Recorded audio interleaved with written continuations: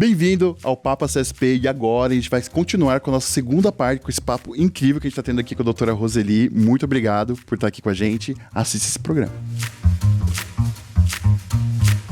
Então, no processo arbitral que a gente teve um acordo, quanto tempo o juiz demora para assinar esse acordo? Aí a questão é execução.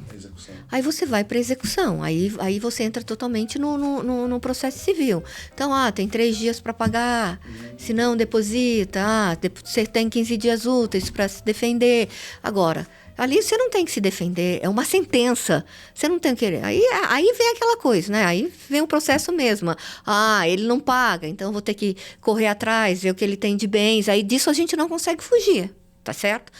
Ver o que ele tem, vamos buscar para executar.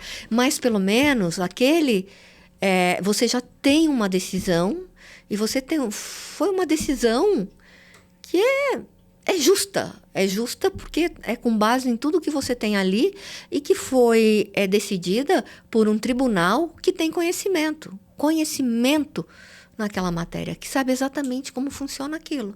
Então, isso é uma das vantagens também que eu acho da arbitragem. Então, vamos lá, né? Perguntando das vantagens. Confidencialidade.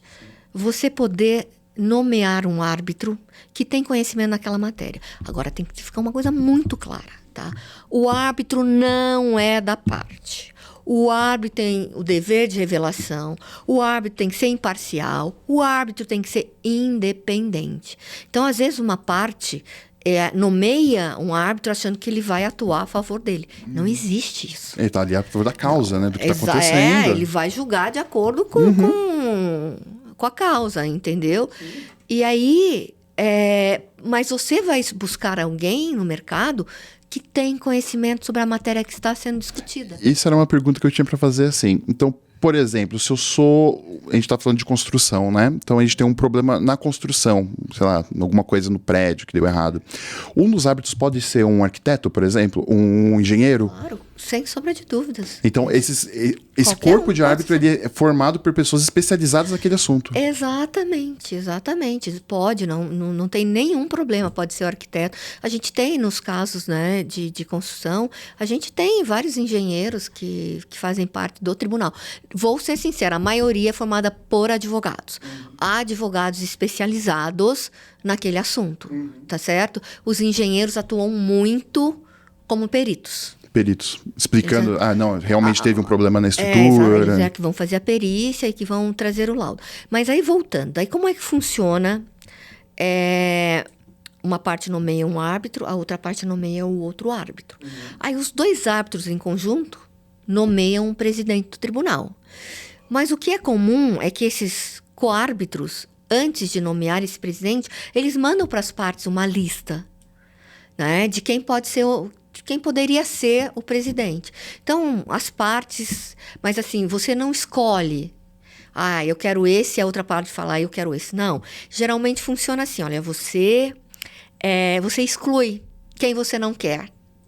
E deixa naquela lista quem poderia ser, quem não há nenhum problema. E aí os coárbitros decidem por esse presidente. Mas aí, uma coisa interessante de falar assim, como é que começa uma arbitragem? Como é que você começa o procedimento de uma arbitragem? É assim. Então, você faz o pedido de abertura da arbitragem para a Câmara. Então, você faz um documento que você traz um pouquinho do caso, você traz a cláusula, você paga as custas ali da administração, e aí a Câmara vai e notifica a outra parte. E aí a outra parte se manifesta. E se ela tiver pedido contraposto, você fala, mas eu também tenho pedidos aqui. Aí ela vem, traz os pedidos contrapostos dela, aí tem um primeiro documento. Daí o tribunal agenda antes disso. Então, ali pedido de abertura, aí vem a parte dos árbitros. Então, cada parte indica a sua. Eles têm que responder um questionário, a Câmara manda esse questionário para eles responderem. Eles respondem, as 2 partes não têm absolutamente nada contra esses árbitros, eles podem ser nomeados, elege-se o presidente do tribunal, a gente tem o tribunal formado. A gente tem um tribunal formado Aí a gente vai para o termo de arbitragem. O termo de arbitragem, a Câmara, junto com os árbitros, preparam esse termo, manda para as partes. Geralmente, na arbitragem, não é como no judiciário. Na arbitragem, a gente tem mais essa visão assim de que nós, advogados, não estamos brigando. Vocês estão resolvendo uma coisa. São as partes que estão brigando, nós não. Então, é comum, pelo menos da minha experiência como advogada, e até em arbitragem que já fui, que atuei como árbitra, é que os advogados acabam revisando juntas a minuta do termo de arbitragem, daí o que eles fecham está fechado ali, o que eles não acordam, deixa para essa audiência de assinatura. E aí está instaurada a arbitragem. Então, eu tive primeiro o pedido de abertura. Quando eu tenho o tribunal formado e assino o termo de arbitragem, eu tenho a arbitragem instaurada. E aí, o que é interessante, porque nesse termo de arbitragem, a gente faz um cronograma, como se fosse um cronograma. Olha, alegações iniciais, tanto tempo. Réplica, tanto tempo. Tréplica, vai ter tréplica ou não vai ter tréplica? Vai. Então, vamos lá. Então, a gente traz um cronograma de como tudo isso vai fazer. Então, você tem aquele prazo, não que o processo civil não tenha lá, entendeu? Mas não. É que aqui a velocidade é maior, né? Lá não se cumpre. Aqui procura se cumprir todos esses prazos previstos. Sim. E é uma coisa muito interessante. Isso já está mais do que pacificado. Procedimento arbitral e processo civil são coisas distintas. Os princípios do processo civil, eles têm que ser observados na arbitragem, mas não o procedimento. Sim. Os princípios, sim. Entendeu?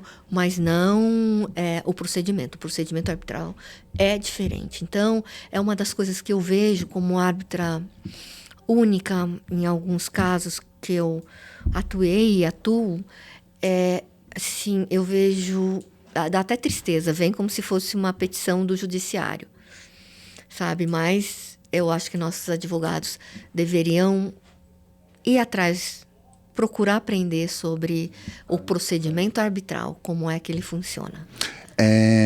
Eu gostaria de fazer uma pergunta agora, que é muito voltado para quem está assistindo a gente aqui, né? E ele está com algum problema, ele está com algum conflito empresarial, seja com sócio, seja com fornecedor, seja com funcionário. Em que momento queria que você falasse um pouquinho pra gente, qual momento que ele deve procurar uma mediação ou uma arbitragem? Existe esse momento que ele fala assim, agora eu acho que eu preciso desse tipo de serviço? Em qual momento que ele tem que chegar na mediação?